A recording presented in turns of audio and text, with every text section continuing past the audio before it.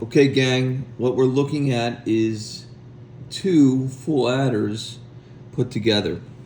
Okay, and this side here represents the first bit and carry to the second bit, which is represented over here.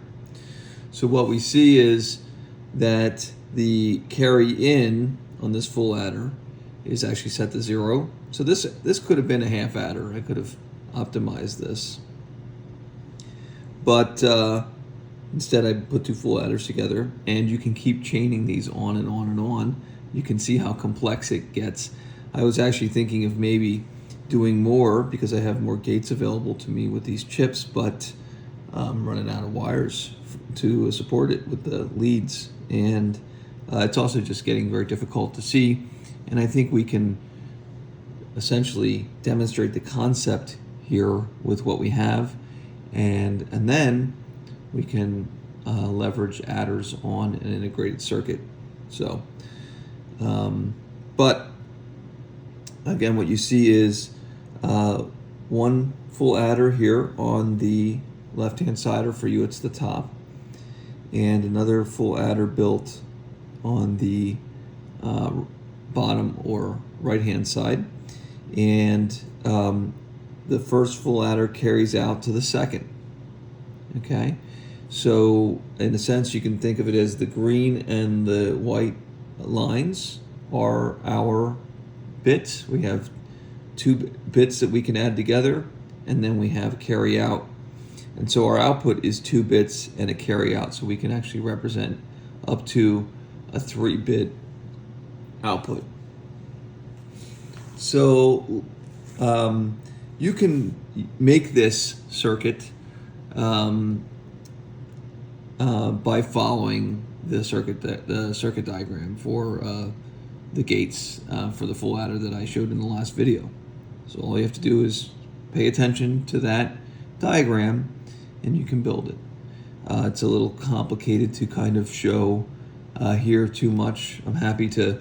This is very fragile, so I'm very likely to knock something out, but I will rotate it for you so you can see what's there. And let's just go ahead and try some of these additions. So for example, if I were to add 0 and 0 together, so 0, 0, and I want to add 0 and 0. Okay, that's what we would expect. We would expect no output. So if I were to put here 0, 0, and 0, 0, and add them together, 0 plus 0 is 0, nothing to carry, 0 plus 0 is 0, and our carry bit is 0. So that makes sense. Okay, let's set everything to high. So 1, 1, plus 1, 1, 1 and 1 are 0, carry the 1, 1 and 1 are 0 plus 1, right? Carry the 1. So this is going to give me a 1 ultimately, and I'm going to carry the 1.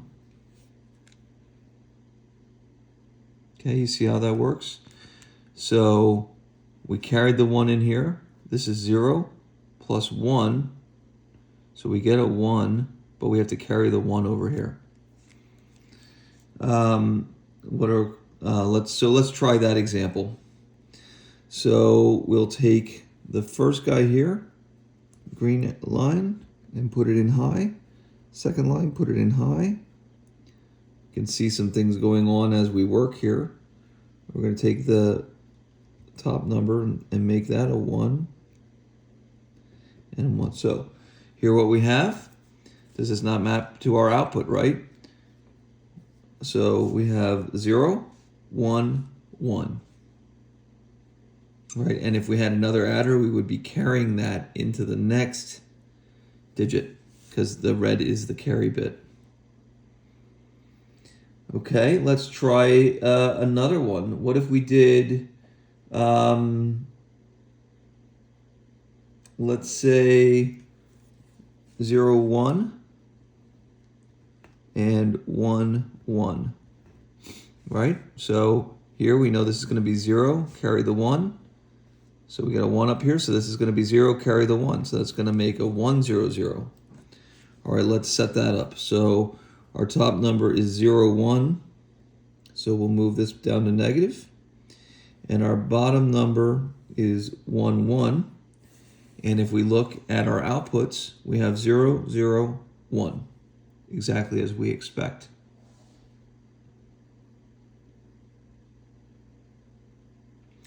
And let's just do one more. So let's do 0, 1 plus 1, 0. Okay, so 1 and 0 is 1, nothing to carry. 0 and 1 is 1, nothing to carry. So we should really get just the first two lights on. So let's see if we can set that up. So our first bit is 0. It's a 1 and then a 0. So that looks set up correctly. And then we have a 1, a 0. So we need to make this a 0. And this is a 1. And what do we have in the output? 1, 1, 0. Okay?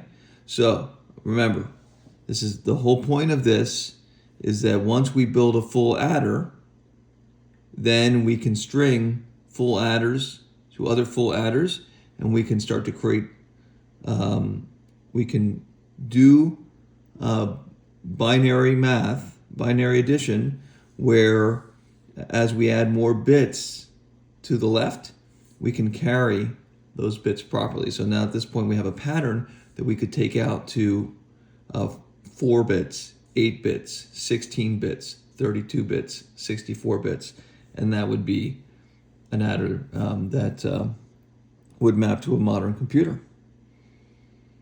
All right, now we'll do next is we're going to show how we can take, just like we took the simple gates that we built and we put them inside of these integrated circuits, we're going to take this whole apparatus and put that inside of an integrated circuit. So you're going to see sort of miniaturization on top of miniaturization on top of miniaturization, which is a major pattern that we have in computing with the modern integrated circuit.